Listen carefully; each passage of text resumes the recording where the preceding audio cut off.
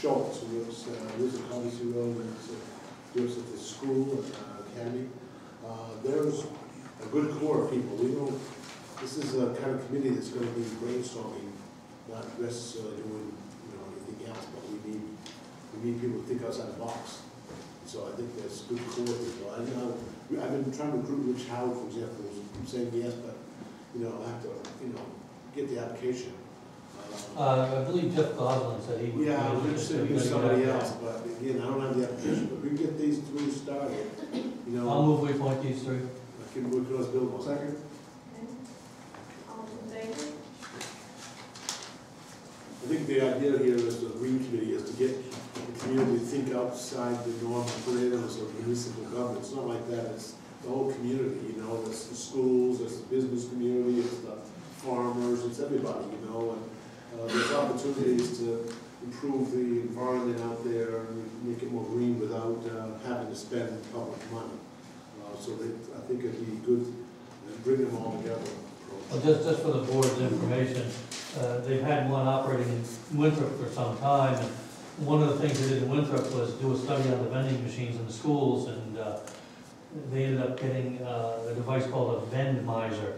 And it can be put on any machine that doesn't have dairy products in it. And I believe it saves about $800 a year per machine in electrical costs. So they've also looked at a few other things, but it's a nice savings when you go and look at your electrical budget. Schools have more than one vending machine too, so it can add up. These are the types of things that I thought would be important for us to start trying to take a look at. Okay. Next is reappoint comp plan implementation committee. Do you have a list, Tim? I don't know. I do not have it with me. I think I have one. Wait, okay. I can do it by memory. I think I got it. I have a bad. Yep. All right, that's fine. I can wait. I messed up here. Next is the senior citizen property tax assistant program. Madam Chairman, we had started this, remember, with $10,000 in the article was approved by overwhelming margin at the town meeting, which then we have an ordinance and we advertised. We got 13 applications, which is about half or less than I was anticipating. We have 10, I have a list of 10 here that were approved. Remember, they had to be 62 years old, they had to live here 10 years, and they had to receive a state refund from the state tax and rent refund program. And it turned out to be very simple. We have an application procedure, worked out really slick. 3 of the 13 were denied. 2 of them were because they're not listed here, but 2 of them were denied because they didn't get the state refund. Remember, that prevents us, keeps us from having to qualify people by income and all that. It makes the process a lot better for everybody. And I talked to them, and they're cool with that.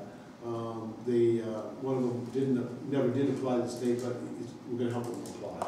So next year you should be able to qualify. And we had another one that didn't qualify because she didn't own a homestead.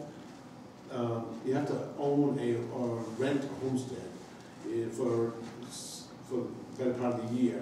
And what happens is she's transferred title to her children of the house and didn't put it in a revocable trust, which is required if you don't own it. You can't just live there. You've got to actually own it or have a revocable trust, which is set up to manage the property. So you can do that. She has to know life is stable. It's not quite the same thing, in my opinion.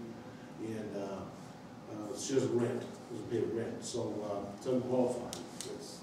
Now I'll notify these people so they can appeal if they want. I don't want to prejudice the thing by one too much, but I think it's a pretty straightforward program. It's great, really. I just wish we had more applicants. Now I will do more effort next year to find senior citizens. If I have to go door to door, I'll do it because there's got to be more than 13 qualifying senior citizens in this town for this program. I expect 30 or 40. They did say in Scarborough, where one was from, that they had, the first year they had about, $10,000 they spent, next year was $40,000. It gets around by word of mouth that if you, if you're elderly, but if you're elderly and you pay more than a certain percentage of your income, you should qualify for the state program. If you do, then you qualify for this one. A lot of people have lived here a long time, and they shouldn't be driven up by taxes or driven to poverty. So we'll go out of our way to find those people, and this will grow, I think. But it's a good program. I think when it doesn't give as much money as I would hope. I would like to amend the program, and I'll bring this to you, but I'd like some input from you. Include a copy of the ordinance, and one of the things I'd like to do on page 2, for example, talks about determination of eligibility and the amount they get.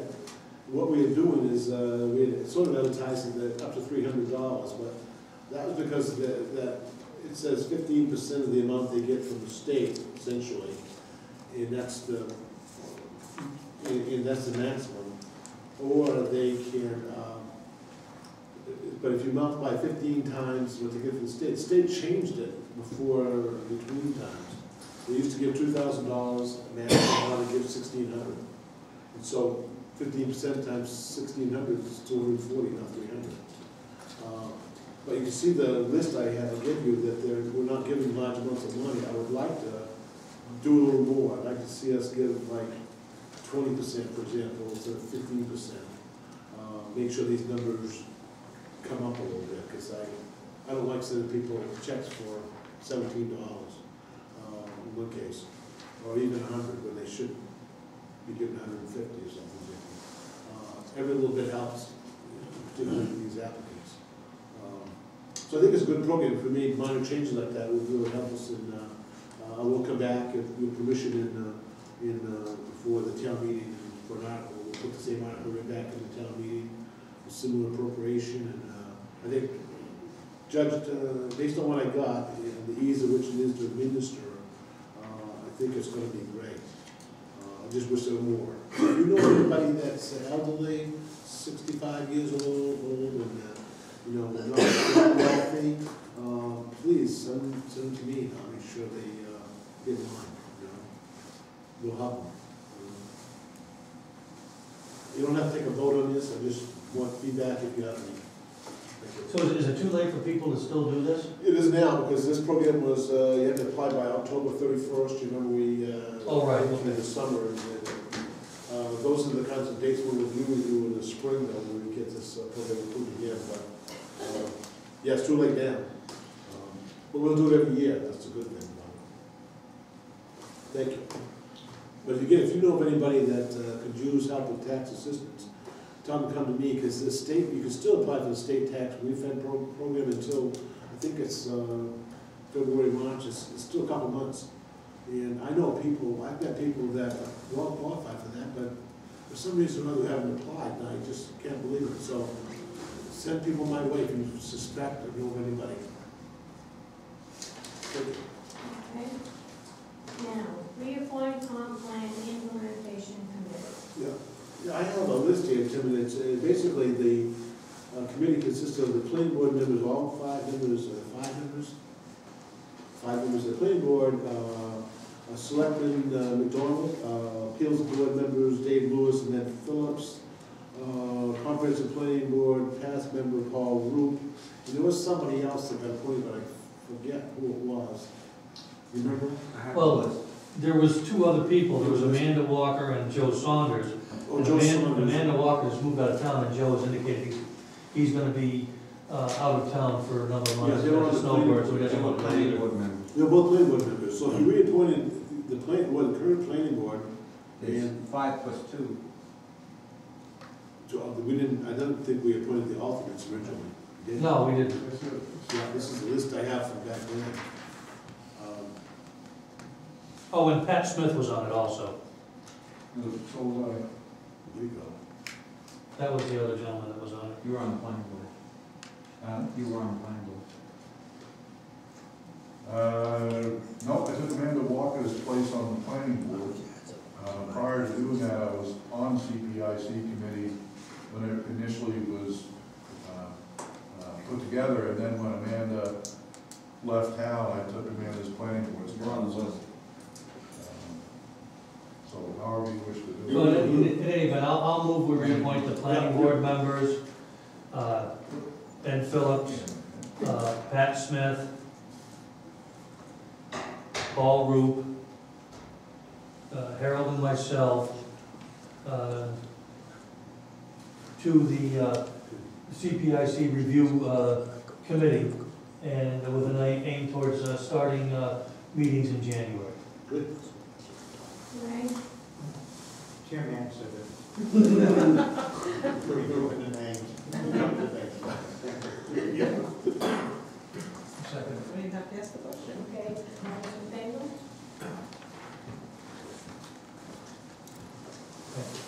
Okay. Next, we have tax abatements and quitclaim deeds. Madam Chairman, there are three applications for tax abatement. There is one, quitclaim deed.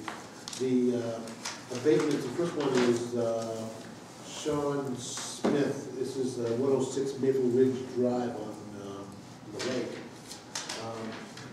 Familiar with this neighborhood, it's been a topographical or topography problem with the, we got great frontage that drops off and that sort of thing. And we've had a number of these applications. John has recommended a abatement amount of $51,000, which is less than the requested, I believe, for Mr. Smith. Make a motion to approve the abatement. Second. All in favor? I think there's value a lot more than that. We asked more than that. Steve Diamond, Wino is the next one, that's 15 Bonner Road. This one is on, there's a rebound, there's a,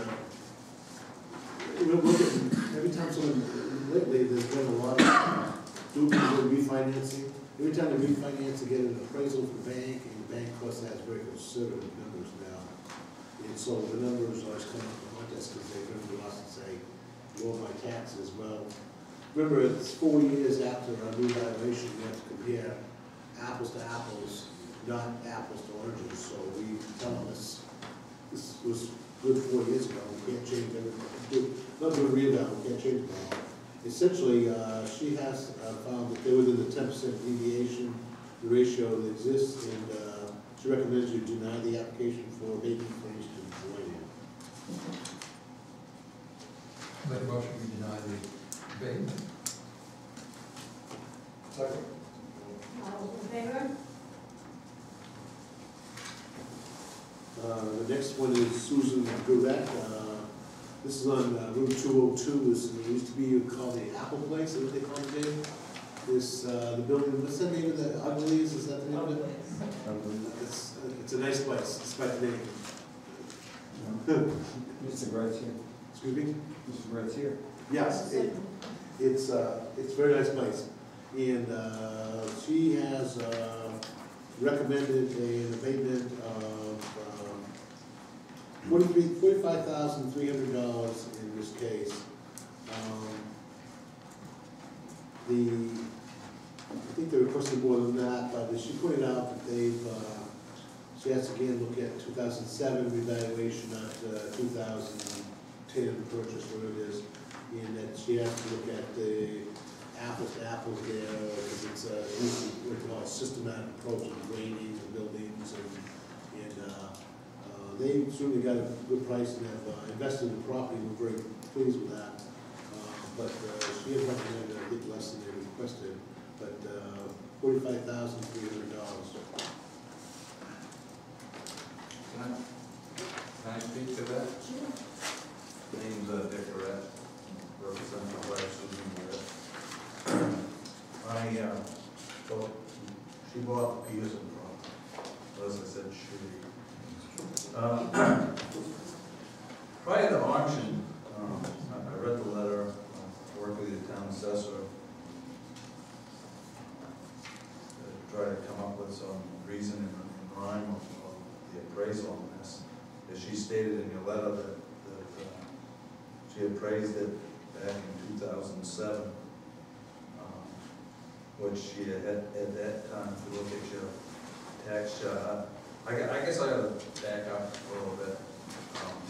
I guess my first question would be is number one, I've had this, prior to the auction, this was looked at by two realtors that are in the business that appraised it, okay?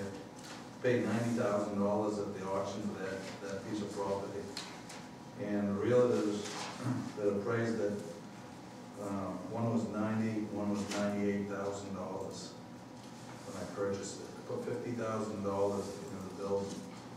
I've had a retired appraiser that's worked commercial property for many years come and look it over. At best, I have a bunch of questions for her. At best, $140,000, $150,000 at best. I just feel that I haven't been able to get in touch with her because she only works a couple times a month, so I have to get in touch with her. I just think it's, I don't mind paying my fair share, but I think this is way over the top. When you talk about apples to oranges, now this abatement tonight, I don't know how this works. If in your letter, she addresses to my wife that she says that we can, if we don't like this, then we can go to the county and deal with the county tax people. And so if you vote on this tonight to take $45,300 in the value off the building, does that mean I can't go to the county? No, you can still go. Oh, yeah, you can still go. You can still go. So it's probably not my place to argue this with the council, is it? Or should I be arguing with? We're absent an expert at this point. Pardon She's me? not here to help us, so Right. it'd be difficult for the board to recreate what Donna went through with you or knows. Right. So right. it'd be like one-arm man. Right. Oh, the thing that I will say is I watched her do her analyses over the years, and the analysis aren't based on market price. The analysis are based on value relative to the properties around it. And Knowles Lumber is valued at quite a bit of money, and they're not gonna get what that's valued at if they go to sell it. That's true, and there are different ways that they value these buildings as commercial properties are valued differently than a residential property. They look at the source of income, what the thing generates for income, expenses and everything. And let me further say too, I mean, I don't mean to interrupt you, but. No. But, I mean, if we were to do a townwide valuation, I'm absolutely certain everybody's property values are going down. I understand. Every commercial property value is going down, I understand. but everybody's gonna end up paying the same taxes. I understand that, but it was way, I mean, it's way overvalued. It was she had it at $268,000. I couldn't sell it. I had someone looking at it for $200,000 and came in, went through it and laughed at it. So you crazy? You know, I just think she's way over the top on it. Way over the top. I've had two real estate companies look at it and an appraisal, retired gentleman that does commercial properties. You talked to her directly, you said you couldn't contact her? We had talked to her, she was out one day that we were gonna meet, she had something came up and she couldn't do it. She works 2 I days. said you haven't contacted her. No, I got this letter, I figured that she'd be here because it's town business. No. I figured she'd be here tonight, maybe I could corral her and talk to her on the side and figure this out. No, Well, I don't have a big problem with the town manager arranging a meeting between you and her and tabling this until the next time it's convenient.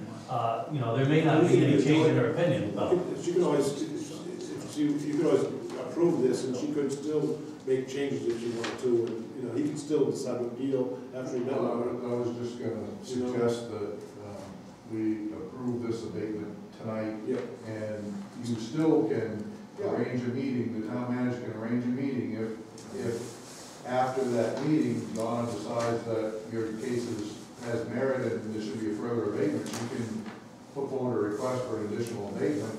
If she doesn't feel it is, then you have the appeals process with the county. And, and you can, and that's an impartial, hearing, so, you know, you could do that. I will most definitely will do that. Yeah. I mean, I don't mind paying my fair share, but I invite any of you people to come down here and look at this thing, and I understand what you say. You buy a house 5 years ago at $200,000, and today you can't get $150,000 for it. But come look at that thing. I was actually in it just prior to the auction. What's that? I was actually in it just prior to the auction. I know what the condition of the building was. I have no doubt you put $50,000 into it in renovations, it needed it. I would just suggest that you do, you know, take the proper steps. Yeah. The town manager will arrange a meeting with, Donna, with you, and if you're not satisfied after that, you should file the appeal with the county and pursue that. That's your right, you should do it. Right. Okay. Would it make life easier for Mr. Grant at the table? No, it won't make any difference to it, because you can always add to it. He won't get the immediate relief anyway. We're not gonna give him any less. We talked with her, and we came up with this, and she had told my wife that my wife had appraisal, or she had in her mind it was worth $126,000. My wife said, must be confused with somebody else, 'cause I don't know where that number ever came from, $126,000. Well, that's why I think it would be good for that meeting to be arranged, When I received this letter, it looked to me like it's pretty, this is basically the letter that I got from her, and basically, this is what she was gonna do, and if I didn't like this, then we could go to the county. It was kinda like, this is No, the you're end always of the welcome road. to come in and So talk. anybody can always come before the board and talk to us for anything. But you need to sit down with her, because you need to understand why she thinks that way, and be able to. I mean, like I said, I've had 2 people in the business that do this. They've taken into consideration, you know, the market dropping and everything, what we put into it, what we've done to it. But there is a value of a building. There's a value in this building, there's a value in that building. And they're all different. We have to go somehow get it back to 2007, though, because we're Right, she had comparing it, everything to 2007. she had it in 2007 assessed as a residential home. Right, but we know it's not apples to apples. Would it, You know, I mean, there's a lot of bullet holes here that Well, the reason it was assessed as, sorry, Harold, to interrupt you. I think the reason it was assessed as a residential home is the gentleman was living in it at the time, was not running a business, he was living there as his home. well, if you went downstairs, it kind of looked like a business. Well, I know. He was living there. I know it. Madam Chairman? Yes. I have a question. Kurt, would you be willing to arrange that Yes. meeting in your office? Yeah. Just so Yes. you can. Yeah, sit through it. Go through the whole process. Yeah, Okay, yeah, we specialize in being fair. yeah, yeah. So, do we vote on this? That you're not gonna get any less than that. In other words, you'll get that, but you can always get more. You're not gonna get any less, and there's no sense in this, there's no value in tabling it. At least, the board doesn't wanna hold the hearing itself, and this is, we're not hearing, but Donna can recommend something to them. It's better to deal with her. Right. Okay, But this doesn't lock you into No. this number. okay.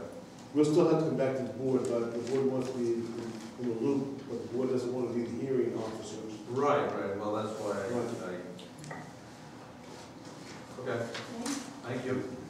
Thank you. Just give me a ring or something there, maybe a phone number, and I'll call you. What's that? Yep, definitely.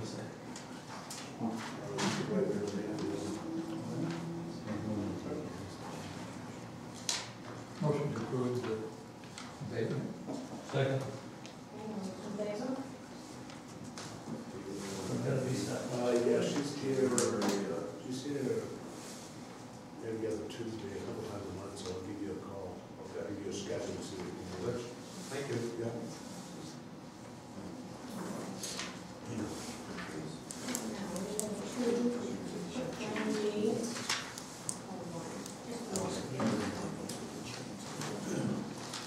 We have one quick thing, I believe. We This is for, things like that, not big here.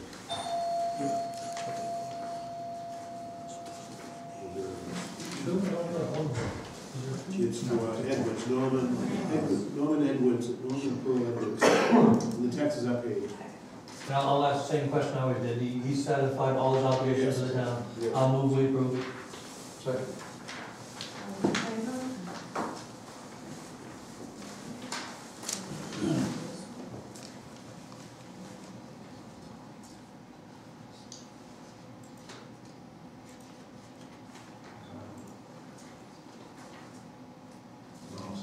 Yes, and we have a letter of, for Dan Niles, we'd like the board to sign for all the hard work he's done. Well, cost. I think it was very nice of him to donate all that labor We're fortunate. for that I think project. Amber told me it's probably $10,000 worth of value, and still almost $2 million labor free. It's more than most people do. I mean, a lot of people do a lot of wonderful things in this town, but comes out pretty high.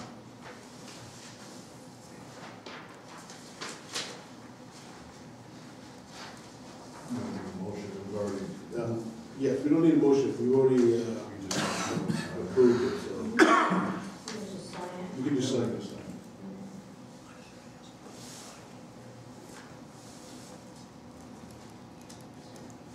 I think the town's been fortunate. We've got a number of people that donate a lot of time and effort and labor. The town's a list, certainly unusual. And I think it's important that we try to recognize that wherever possible.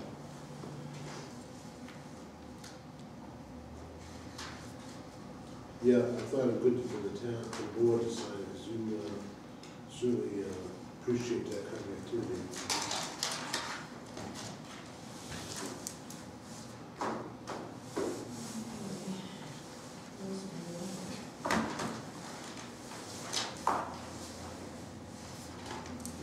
That's all the tax statements, and the claim deeds now. We've got warrant number 13, payroll and payables. Madam Chairman, I got a list of over $1,000. Auburn Police Department, $8,050, that's for July and August for Chief Mulheron's pay. He was until August, end of August, he was 60/40 between us and Auburn, and so that's finally the payment for that. C.N. Brown Company, $1,661, that's for gasoline purchase. CPRC Group, $1,572, that's for shingles at the transfer station. You know how many shingles? A lot of shingles, right? 22 tons. 22 tons. Do they recycle those? Yes. Yeah. Round up recycled. Pretty amazing. Craftwatch Corporation, $29,770, that's for payments at the theater, which is looking slick. Getting a new roof. Dead River Company, $3,979 for 558 gallons of gasoline. No, that's, I'm sorry, that's, Dead River is propane, sorry. Dennis K. Burke, Inc., $9,351 for diesel fuel. Douglas Richmond Architects, $2,029 for being at the Grange, the theater Grange. Downey's Energy, $3,007 for oil at the various town buildings in this one. Fleet Truck, $1,013 for work on the F-550 2002 and the fire trucks, the Sterling Fire Truck 205, I believe it is. International Salt Company, $2,193 for 32 tons of salt. Treasurer Kennebec County, $33,819. That's the second installment on a 5-year plan for the fiscal year change, remember. Kennebec Valley Humane Society, $1,631. That's for quarterly payment for the kennel we talked about. Maine Equalization, $1,300. That's for the assessor we talked about. It's a monthly payment. Maine Waste Action Corporation, $1,358, that's for 46.84 tons of garbage. 90, National Financial Services, $1,335 for the employees and employers' retirement. Otis Elevator Company, $2,059, that's for the Compton Elevator contract and maintenance. Regional School Unit number 2, $273,269, that's the December monthly payment. RTA Inc., $2,150, that's for 8 trips of garbage, 2 to Portland and 6 to Auburn. Theater at Monmouth, $1,250, that's for project administration. Wallingford Equipment Company, $4,242, that's for backhoe repair. That's the valve, is it? Valve, on the valve. That's first to repair we've had of any significance, One of the, One of the control valves, the mechanism. $4,240. Oh, really? That's the first time we've had any significant repairs to that. We bought Yes. that, it's in 1987, we bought that. We knew it's an old machine, a relatively old machine, fairly low hours.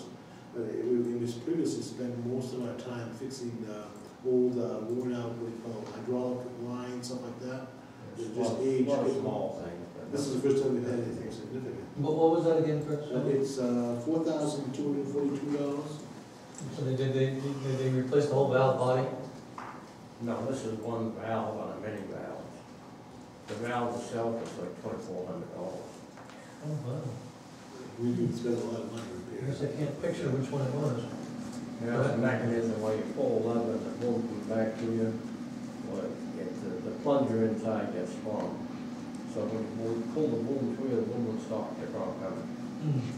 So what do you say? I just wasn't aware that I'm somewhat familiar with hydraulics and valving and stuff, I didn't realize that was that kind of money. And Treasurer State of Maine, $7,661, that's for registration, sales tax, title, hunting and fishing licenses, and dog licenses. That's it, thank you. Move we approve the warrant? Second. All in favor?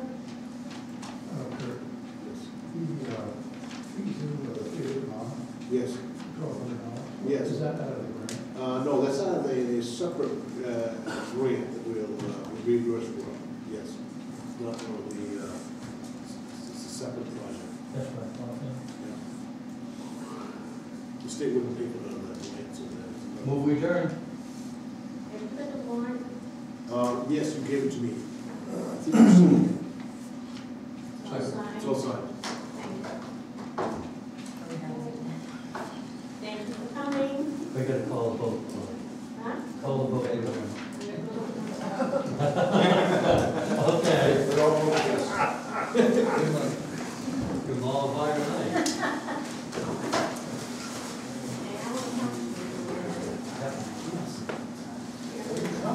Good, how are you? Oh.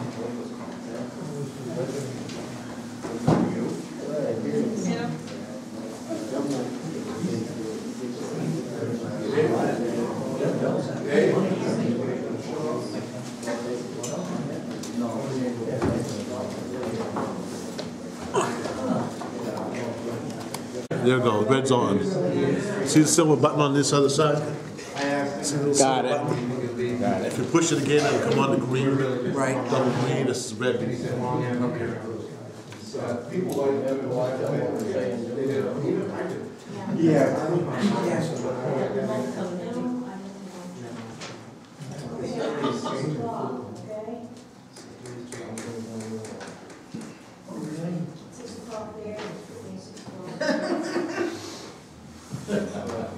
It's at 5:59. Got 601. That's the, All right. Pauline, water.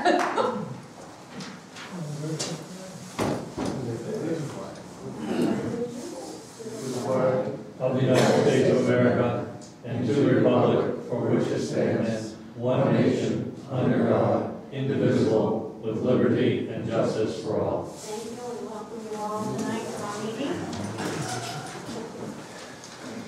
Okay. Review minutes of November 30th. I'll move we accept the minutes with the following changes. Under section 3, the last sentence needs to be, he projects someone will be selected and begin engineering work by January. The word engineering needs to be inserted between begin and work to make it clearer. We're not actually building a sidewalk, it's just a study. Under section 5, Jim Grandel's name is spelled wrong. And in section, under attendance.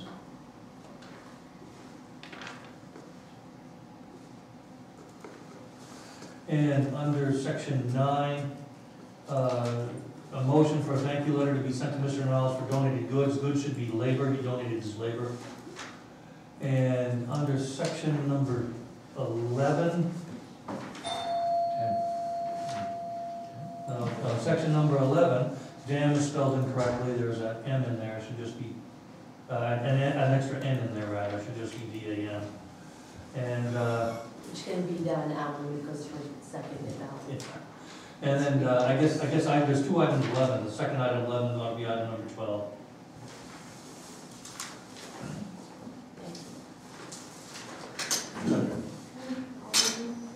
Did I do a second? Good. All those in favor of the changes? Okay. Department head reports. River. Thank you, Paul. I don't have too much tonight. Snow. I just want to update you as to where we stand compared to last year. We've had 16 inches of snow this year, not to believe in just 2 storms, but at this same point last year, we had 2.5 inches of snow. That's what we had. About 2 days prior to this, last year, we had 2.5 inches of rain. And to say the least, last year, if we all remember, we had 105 inches of snow. So can't do over what we've been having. We've only used 300 yards of sand, which is great. Well, makes us in pretty good standing to finish the winter. Also, I want to thank the selectmen for the fine lunch we had today. Very much appreciated. And the picnic tables at Copsey, Boat Launch, Whittier Woods, young Joe Manduca's got the roof on one of them. And it was painted and put on, and he's got one more to put the roof on, and then he's going to pretty much done with it. Whether he's going to make it before winter really sets in and all, I don't know. And that's all I have. Does he have enough metal for the roof? Not sure. I think they do. If he doesn't, I've probably got a few pieces he can have. His neighbors are helping him. I think they've been painted in his garage. Painted green, it looks very nice. You get a green, or you used to play golf out there? No snow. Yeah, well, I got my black golf ball. The metal spice, right? Thank you. Thank you, River. Just keep in mind if he needs anything, just. Yes, hi, good evening. Keep us on. I don't have much to report. I do want to thank the selectmen and Kurt for the luncheon today. It was great. And permits are about normal for this time of the year, starting to slow down before Christmas. We did receive an application for the cell tower, which I did mention at the last selectmen's meeting. That is before review of the planning board at this time. On the golf course, well, behind the golf course, Peace Hill. And everybody who went to Tex Tech realizes that Tex Tech is now done and operational and running. We had a nice walkthrough and tour of the facility that was done very well. Met the officer from Idaho, who tested the ballistic material out for them in the field. And Not their choice. Yeah. The other thing in the Grange, if you notice today, they started ripping off the upper roof, so that's getting on track. Trying to get that new roof on before we have his projected 102 inches coming in. I'm going to send you back to Florida. Other than that, unless you have any questions, I don't have much. I'll give you a full yearly report next time. Okay. anybody have any questions? Okay, thank you, Dave. You are. Chief? That last bit of icing that we had, it was last Monday, I think it was? Yep. For that, we had 2 accidents, both rollovers. One telephone pole, one into the ditch. No injuries out of those, but for some reason I had sent one of the officers to training that day, so I covered both the accidents, which was pretty interesting since they both happened at the same time. But we got through it with no problem. Where were we? One was right on Norris Hill and the other one was on Warren Road. So basically opposite ends of town. So that was interesting, but with the help of the fire department, I was able to clear one scene and I went over the other and did the other accident there. So it worked out well. Speaking of training, Officer Wells went to that training that day. That was a self-defense class that was taught down in Thompson. So he got some exercise. And with the rest of the officers, along with the reserves, we're all going to be going Saturday to self-defense training. One of the Auburn police officers is a instructor, and so I incorporated his help, and we're all going to take self-defense class. And that, in turn, is also towards, they have a mandatory training, which is 20 hours per year. And they also have a mandatory, non-mandatory training, which is over the 2 years, 10 hours apiece, which equals the 20 hours. So total for the 2 years, they have to have 40 hours of training in. So this is gonna hopefully finish off the non-mandatory training with that. Officer Weston and I went to a civil rights class. We're now both civil rights officers for the police department. Very informative class, and we actually went back and started reviewing some of our cases to see if there was any possibility that there might have been violations there, which, at the time we didn't know. So we're taking a look at them, see if maybe we send them to the Attorney General's office. So I think that's it. Do you still have one of those personal videotape, what do you call those? Yeah. Cameras, officers wear those on a regular 2, basis? You have 2 now? Yep, I have 2 now. You wear them, or your officers wear them? They wear them. I've signed in the policy, they all signed off on it, and they wear them every day. So it works well for you It then? does work well. Good. Yep. And that was, We got speaking of, check. we just got a check from a JAG grant, which is basically purchased those, all but $600 worth. So we got $1,000, which is gonna get turned back in, because I've already purchased them, so.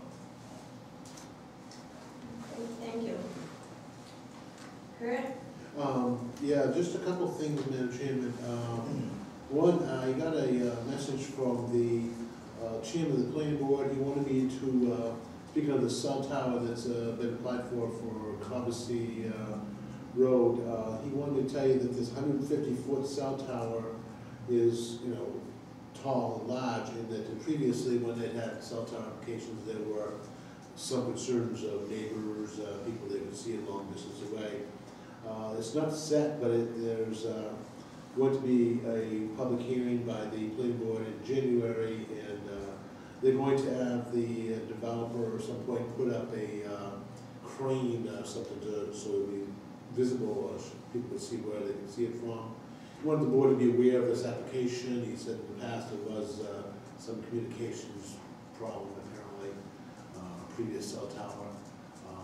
So he wanted to be aware that they were going to take more precautions about visual resource. Apparently this is a visual resource in the comprehensive plan, this area. So, There's actually quite a bit on the certain roads like the Ridge Road, yeah. and a number of other areas are considered visually pleasing, and we're supposed to preserve the skyline. So he wanted me to make sure you knew about this application. They were going to. Can you let us know when the Yes. public hearing will be? Yeah, there's a public hearing scheduled for January 12th at 7 p.m. They're going to do a site visit on January 7th at 10 a.m. 7 p.m. you said? 7 p.m. on January 12th. That'll be here? They'll be here. he doesn't know when they may put the crane up. Dave said there's some, it's not clear yet when this thing will proceed, it may change.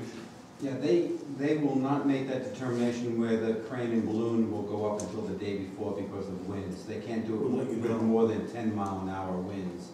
So I will get notified, but I will get notified right at the time that they're doing it. I did give them a list of where I wanted the camera angles taken from different locations around Monmouth, so we should have a good representation of what this cell tower will look like from different locations all the way around. That's about the best we could do, because of the winter time, they can't predict when the winds are. How tall is that cell tower, Dave, on North Hill? You know? 120, I believe. No? I thought it was close to 140 or 50 with the new antenna they put up. Twice as tall as any trees in here.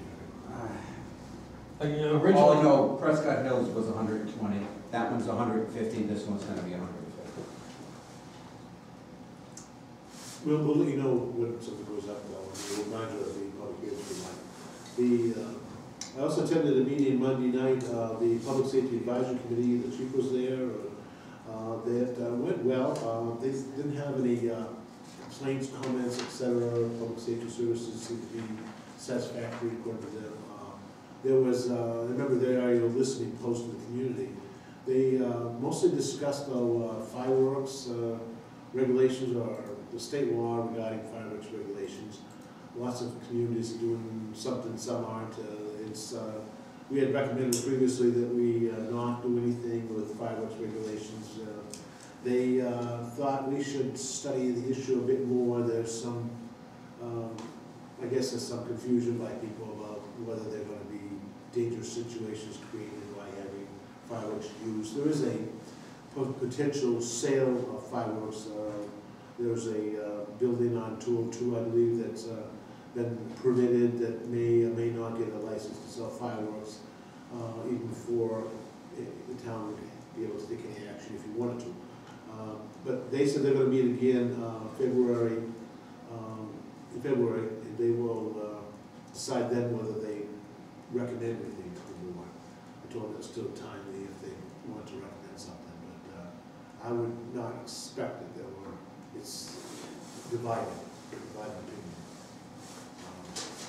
I also attended the open house, and there are other department heads here and at Tech. Wanted to tell you that I was really, really impressed with the amount of investment that Tech's put in. I thought it was limited to the boiler and that we had helped them with, and the industrial side, I call it, the business, but they have refurbished the whole building practically. They have spent several $1 million of public and private money there, and it shows. It's pretty impressive.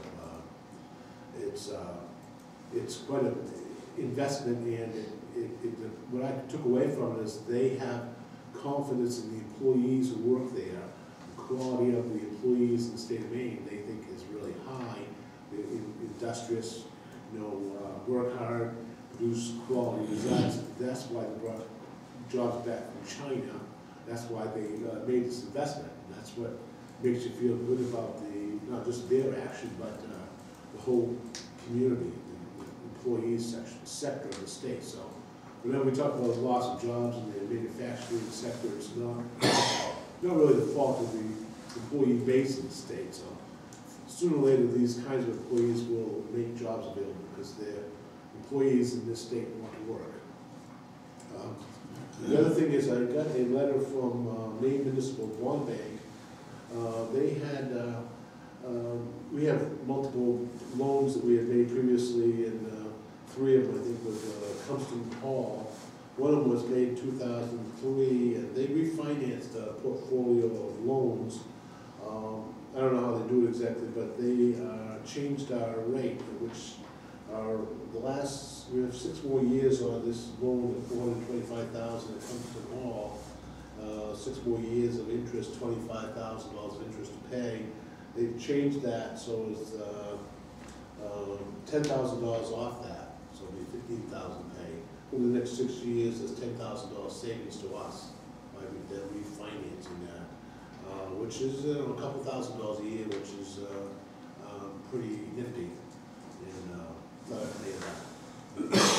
A little, it'll help our budget. A couple $1,000 here, a couple $1,000 there, pretty soon you'll go off. Thank you. Thank you, Chris. Regarding the fireworks issue, I think Steve Barrow sent out an email to some people Yes. suggesting that the town ought to consider an ordinance regarding the establishing guidelines for the business of selling fireworks.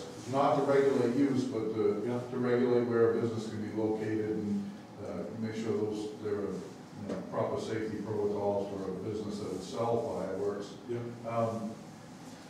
My question to Dave is, does the state already have guidelines that would address that issue, or is it appropriate that we consider a town ordinance? The state has set guidelines on the size, the amount of stock, when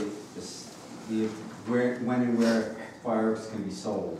They did not go into where in a particular community a building that sells fireworks can be run.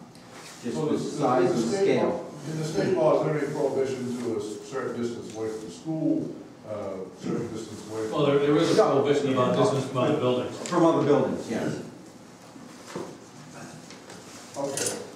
I just wanted to bring that up so people are aware that, that suggestion was made, and I think that's one worth considering at some point. With the business ordinance, it's considered allowed use but not sale of fireworks. The place that we've heard about that may apply for a permit or maybe apply for a permit is on 202, isolated from neighbors at least. That's the good news there. Yeah, I'm not opposed to a business that sells.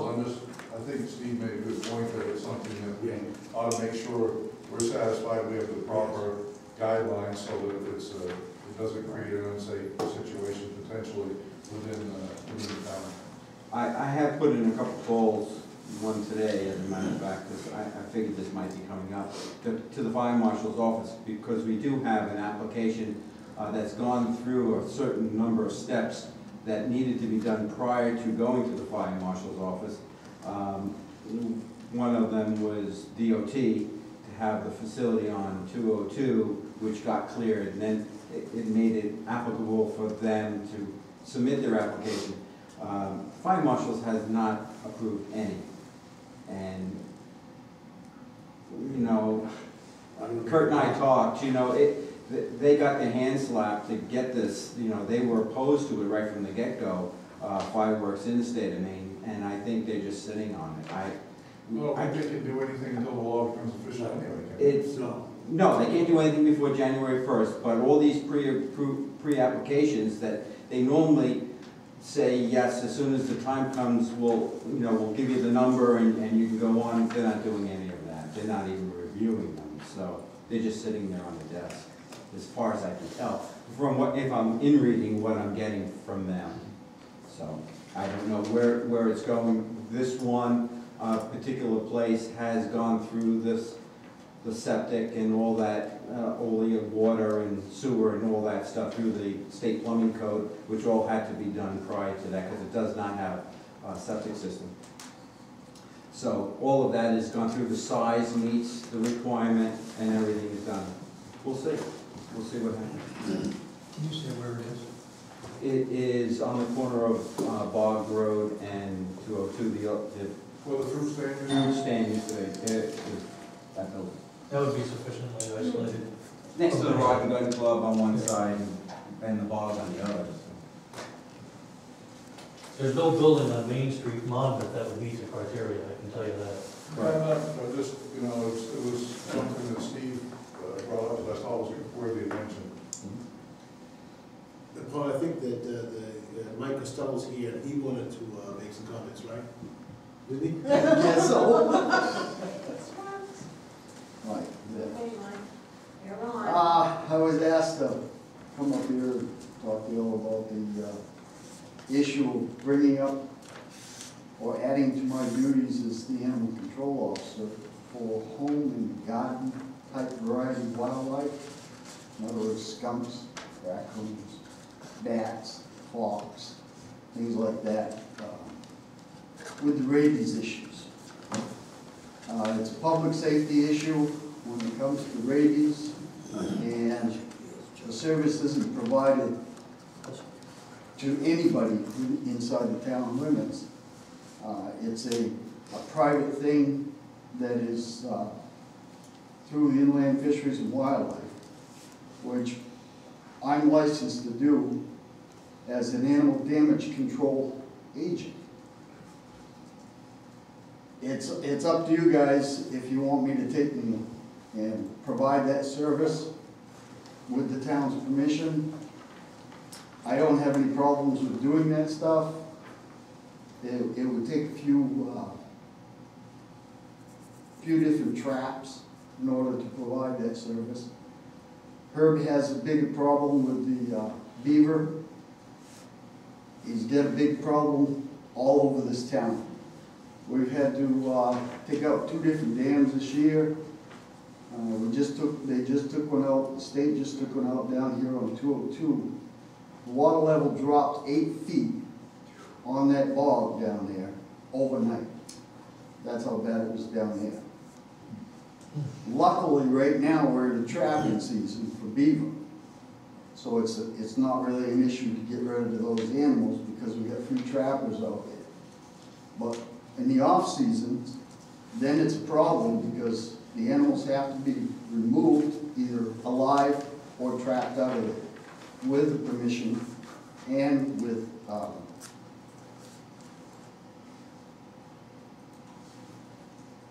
the biologist through Sydney. So it's all up to you whether or not you want me to do something like that. We talked about this a year ago. We just want to clarify that what it means is particularly regarding skunks and those kinds of nuisance animals that don't come under the animal control officer's town duties. So when people call him a skunk, he tells them, you got to pay me to collect that or somebody else. And they get mad sometimes and say, I pay taxes, And so, those relatively rare occasions, but that does happen on a regular basis, half a dozen times a year or more, we're not sure. Right. Does the town want to pay for that service under our regular town animal control program, or do we want them to continue to bill people for that? Well, I guess my questions would be, one is there any additional liability for us to take on those duties? Which I'm presuming there wouldn't be, but we need to answer that question. But the other question would be, what would be the cost for the additional types of traps he's gonna need? And what would be the budgetary cost per year for the extra service? Or would it fit within his, we need a cost. What I can do is if you're interested that much, maybe the police chief and I and Mr. Costello can sit down and work the details out into some kind of memo of understanding what we're gonna do. Bring it back to the board. Well, we live in a rural town. There's animals. Right, we can tell you, and it's the type of service that I. Willing to pay for these, we anticipate a dozen a year, and this is what it costs, or, we talk about equipment.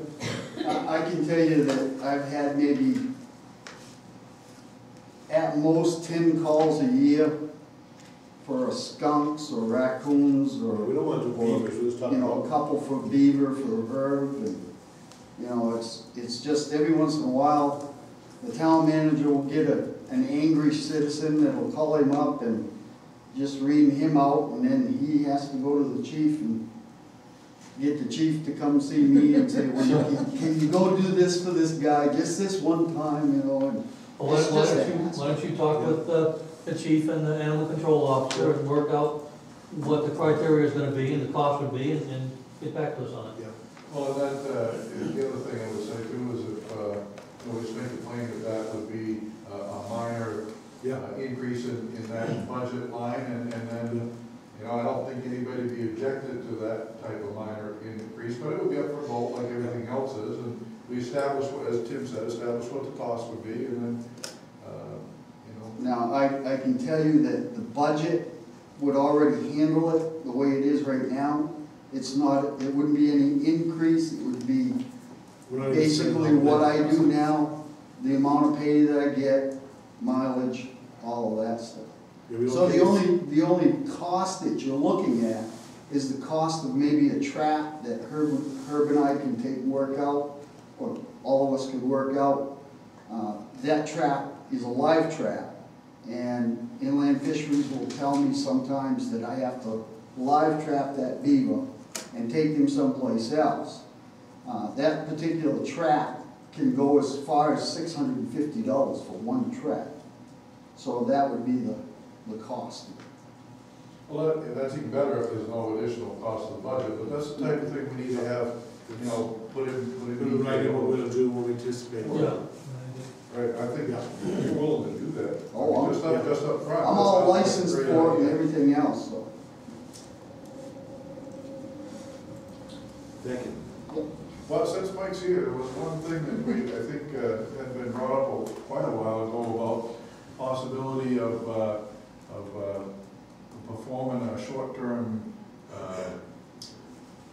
kennel service, 2 or 3 days, hold the dog, instead of, might take, transporting him to Augusta, when he picks him up, being able to hold him for 2 or 3 days in case the owner calls and comes and gets him, so that there's not, he doesn't have to transport him to Augusta, just so somebody else can go to Augusta and pick him up within 2 or 3 days. You know, Mike had talked to me about that, and I thought that really was worth investigating, so I don't know.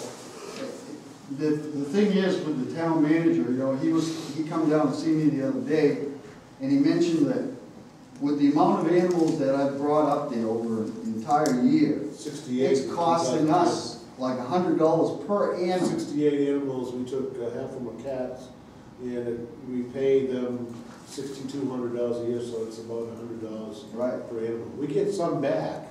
They, when they release animals back, if you play in Fido, ran loose or something, we get some money back, but not a lot. No. Well, I was just wondering if anything had been done with that, if any consideration had been given to Mike's idea, which I thought was a very good idea. If he's willing to do that, and it's gonna save us money, and maybe save some citizens the aggravation of driving to Augusta to get their pet when they can call Mike up and say, yeah, I got it, wherever he has it. We're hoping to build it as an annex to that snowmobile club thing. Eric didn't want to hear that. If the space could be found, I just was curious if anything had been done. Yeah, I mean, we talked about it, and we'd also figured out that you probably need basically a kennel license, which has to be approved by the state. And then you gotta look at, well, the charge a release fee, stuff like, so, I mean, as far as talking about, that's probably as far as it's going. And we pay per capita, in other words, by our population of citizens, not by population of animals. No. So, no matter what we did, that fee's not gonna change. Nope. We just maybe be able to make it a little more convenient for the locals. A lot more convenient for Mike too, Yeah. that's worth something, I think, so. Well, look into it, I guess. Yeah, the hardest part is, Why you not? gotta have some kind of heated building, you can't just have. Yeah, you gotta find a place, yeah. So you gotta have a place, that's why I mentioned this, I'm only kidding, but you gotta attach it to something, and, a real standalone, which would make sense. So that's the biggest issue for us, is where would you put these dogs? You gotta have them. Well, you'd also have to look at the liability aspect Right. of it too. I mean, if he takes a dog in there and all of a sudden the dog dies, who's liable for it? Is it us? But we can still look into the cost. Well, that's what I wanted to, Mike had mentioned it to me, and I wanted to see where it had gone, so, Yeah, it died, we can look at it. it's worthwhile to consider, and if you come up with all your pros and cons and it comes up con, great. If you come up close enough to, We didn't have any numbers You know, before. One of the things I did last summer was collect data from the Humane Society and the department, how many animals we had. For 2010, we had, Mike had 82 calls, and he had put in, 124 hours, he said. We had 68 animals taken out to the shelter. Half of those were cats, 36 of them were cats. That's, a lot of animals one at a time, and they're probably, a couple at a time. But we didn't have a number we could put in the computer to account. So now we can just figure out what it would cost to run a kennel. And Sabatis does run a kennel, so we don't get, don't they? Not anymore. No, they gave it up. Yeah, What? they gave it up. Really? Yes. Well, we can look for a kennel. You know, we could also talk to Spatus and find out why Why, they got yeah. it. Right. And, you know, just do a little more Yep, we'll check do up on it, Mhm. and see how it comes. Well, if there was some way to save that $6,200 that we're paying to Humane Society. You may not be able to, that's. Yeah, you know, figure that then, out. you know, there might be some merit, but I just, The it issue seems like a is, whole lot of aggravation. the biggest problem is probably, getting heated, you can't leave dogs out there, Right. even for a couple of days. Well, then, yeah, they passed the state law, you can't do that. Right. But we'll look into it and, give you some numbers, because we have some, at least we know how many animals now dealing with. And that's not stone. I mean, the year before that, I had, picked up 53 cats Yes, it down on varies. Tacoma Lakes, you know, that we had to get rid of, so. Mike has done such a good job of clamping down on it, most people don't dare let the cat out of the house anymore. I know you're joking, but, Yes. some people might teach you. Let's cut down on the number of dogs roaming in lives, that's for sure. One of our biggest issues that we always worry about is dogs being licensed. And the state used to issue a warrant. We have about 600 dogs, give or take, in town. Not all of them get licensed. We license probably 500 dogs, for example, and they're probably more than that, a lot more. We don't know how precisely how many, because they come and go. But we used to issue a warrant, and apparently that was distasteful, having someone go to door to door. State changed that law, and now it's no warrant, you know. Now, there's no real method for us to get, you know, Joe Jones to license that dog. And the license isn't a real big issue for us, it's the rabies shots. Without rabies shots, you can give it to your children or anyone. And cats can get rabies too, but dogs are a particular problem. And so we don't know whether we're getting more dogs licensed for sure under the no warrant system, but we do worry more about rabies. I don't know if there's a trend in the industry, Mike, but it's something we have to worry about. 'Cause, Well, our biggest problem in town right now is the pocket dogs. In other words, small dogs that people keep in their homes, and they take them out and walk them, and then they bring them back in the house. These dogs aren't licensed. They don't feel that they have to license these dogs, you know? Thank you. Okay, public comment. Anybody for public comment? Yes. Can I stand at the podium? Yeah. John, excuse me, John O'Donnell. They say the squeaky wheel gets the grease, so I wanted to bring up again on the budget. It's okay to talk about a different topic. I just wanted to request again if the town council feels that it's important that they shoot for an upfront goal on this coming budget. And I would go for a tax reduction. And like I say, I know you've talked about flat budgeting, but the problem with flat budgeting is when the school budget comes in, or the state reimbursements, that busts everything. So I would hope that you folks would pledge for it, and maybe have some contingencies, because if you think you're gonna have to cut the budget by, say you shoot for 2% reduction on taxes. If you shoot for that and you try to reduce the budget 3% because you think you're gonna lose some money on the other end, give yourself some contingencies. So I want to make that request. I'll try to do that at every council meeting. That's fine, John. But I just want to point out, what I talked about was not flat budgeting. Without the school, I meant with the school. I meant an overall no tax increase budget, including the school. Well, that's what I'm getting at too. And that's what I tried to impress upon the town manager when we chatted last at the budget goals meeting. Yeah, I would go for a 2% reduction in that total. I'd like to think we could do something like that, but we got to see how it shakes out. I do have one more comment, if that's right. I just want to make a comment. the town must have savings where they've invested money that's sitting in investments for future expenses. Does the town have? We have a surplus account, yes. Okay. It's It's a not savings investments. account essentially. Right. Okay, so do you have any, like, I'm not sure what to call them, where you put money in? No, we don't have a Capital reserve. We don't have a real reserve account, no. Oh, you don't? No, You don't? we try to keep your taxes down instead. Okay, okay. Well, what I want to mention is, I don't know what you do with the excess cash, but, if you have cash at the end of the year, do you apply it to reduce the budget next year, or do you? We put $60,000 this year towards tax reduction. Okay. Yes, we do, and that's basically what we expected to come in. So, you know, it's sort of like if you have income of $50,000, you have $5,000 for savings account, you wouldn't think you were rich, so that's 10%, right?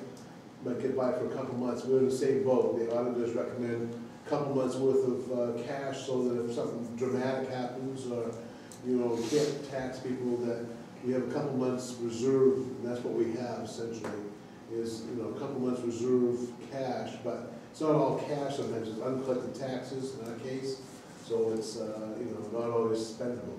But we do, you know, invest any money we have, but it's, you can't get any money these days from investing money. Short term? You can't get short-term money anymore. Is it? It's good safe.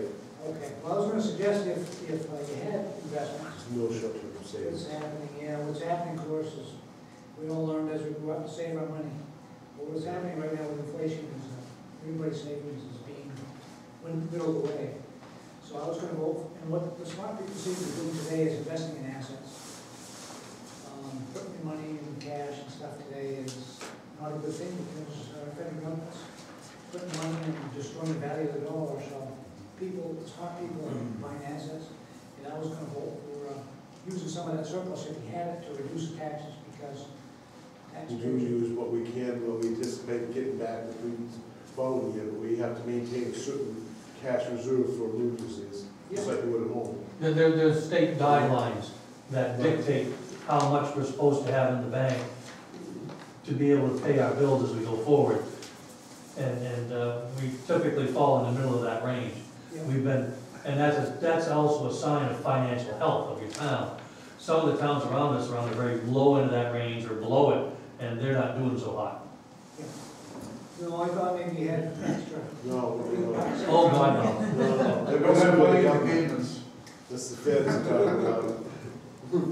We used to, for instance, we used to budget, I think, what, $50,000 a year for interest on the undesignated fund balance, And and we had the the schools. last couple of years, it's we been had $4,000 or more- $5,000. We had a lot larger cash flow, cash available when we had the schools money. Schools has their own money separately now, we just pay them a monthly stipend, and so they have more money technically. But you can't get, without taking risk, you can't get money short-term anymore. Nobody can. And the only other thing I would suggest is if the town council has any suggestions for us as citizens, or if you could do anything to influence the school budget.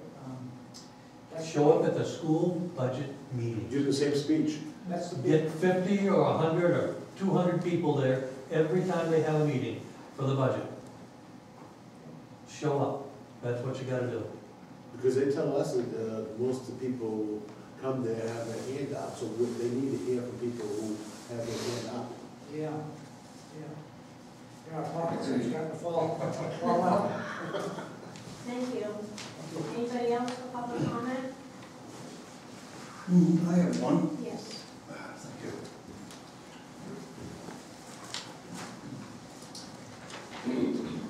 I don't know if this is really appropriate, but when I showed, I have some pictures of my neighbor's house.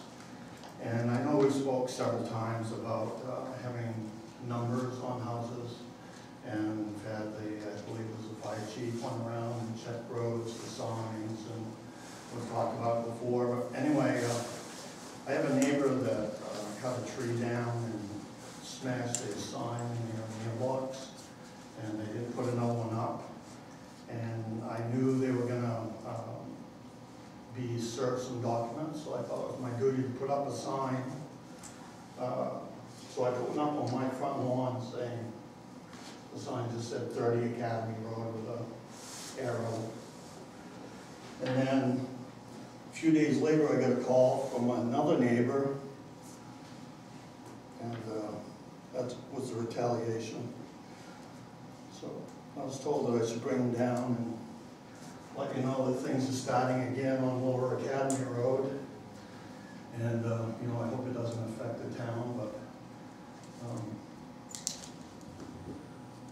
I just don't think the selectmen should be acting that way. And I think as it's continuing and as recently, you know, they've called the police again and make accusations again. And I wish there was something that we could do immediately to remove them from their seat.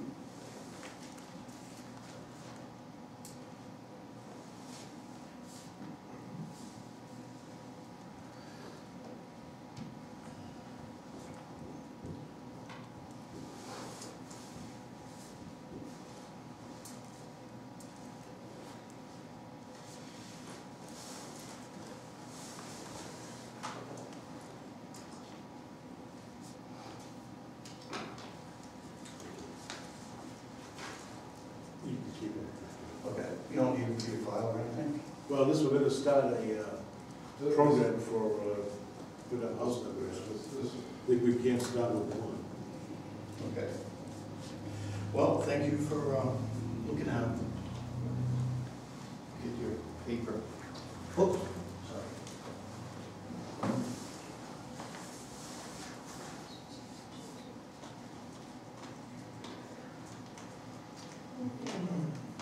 Anybody else in public comment? Okay, next is appointments, economic development committee. Now, Jim, we had 2 applicants. This committee has been pretty active, but we'd like to appoint 2 more. I think there are 7 people on the committee now. They don't all come to every meeting. And Mr. Rogers, and Scott, he's been a regular attendee, and Scott Seymour. They're both good people. We'd like to, they want to be involved, we'd like to include them, more the merrier. I'll move they be appointed. Any comments? All those in favor? Okay.